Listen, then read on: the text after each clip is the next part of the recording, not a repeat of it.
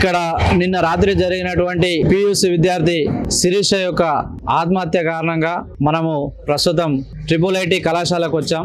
అసలు ఏం జరిగింది అని తెలుసుకునే ప్రయత్నం చేద్దామనే విషయంలో ఇక్కడ ఉన్నటువంటి PRO గారిని కానీ అదేవిధంగా డైరెక్టర్ గారిని కానీ VC గారిని కానీ కాంటాక్టింగ్ లో అత్యాధునికమైన టెక్నాలజీతో ఫెర్టిలిటీ ట్రీట్మెంట్ అందిస్తోంది మెడిసి IVF. ఫోన్ కాంటాక్టింగ్ లో మాట్లాడితే మేము అలాంటివి ప్రస్తుతం మేము ఇవ్వలేము, అసలు జరిగిన విషయం మాకు కూడా తెలియదన్న విధంగా మాట్లాడుతున్నారు.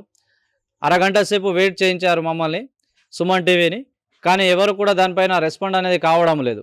అసలు ఈ కాలేజీలో ఈ కళాశాలలో ఈ IIIT బాసల్లో ఏం జరుగుతుంది? అసలు ప్రతి సంవత్సరము ప్రతి ఏటా ఆ విద్యార్థినులు ఆత్మహత్య చేసుకోవడానికి గల కారణాలు ఏంటో అసలు తెలియాలంటే ఎప్పటికైనా మనం ఒకసారి కళాశాల ఎంట్రీలో లోపలికి వెళ్ళాల్సిందే.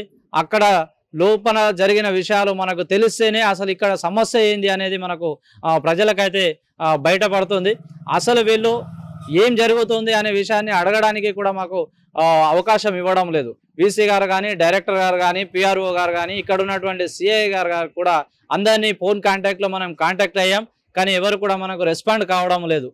నిన్న జరిగినటువంటి ఆ శిరీష 17 సంవత్సరాల శిరీష సంగారెడ్డి జిల్లా దువ్వూరు గ్రామానికి చెందిన అమ్మాయి ఇక్కడ మొదటి సంవత్సరము చదువుతుంది.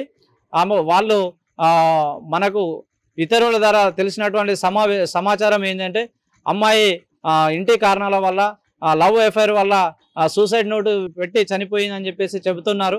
కానీ అది వాస్తవము అవాస్తవము మనకు తెలియాలంటే VC గారు కానీ PRO గారు కానీ ఇక్కడ ఉన్నటువంటి ఇన్ఛార్జ్ ఎవరైతే ఉంటారో వాళ్ళు వారి యొక్క నోటి వాక్తో చెప్పాల్సి ఉంటుంది. కానీ వాళ్ళు మనల్ని ఎవరు కూడా మనకు రెస్పాండ్ కావడం లేదు.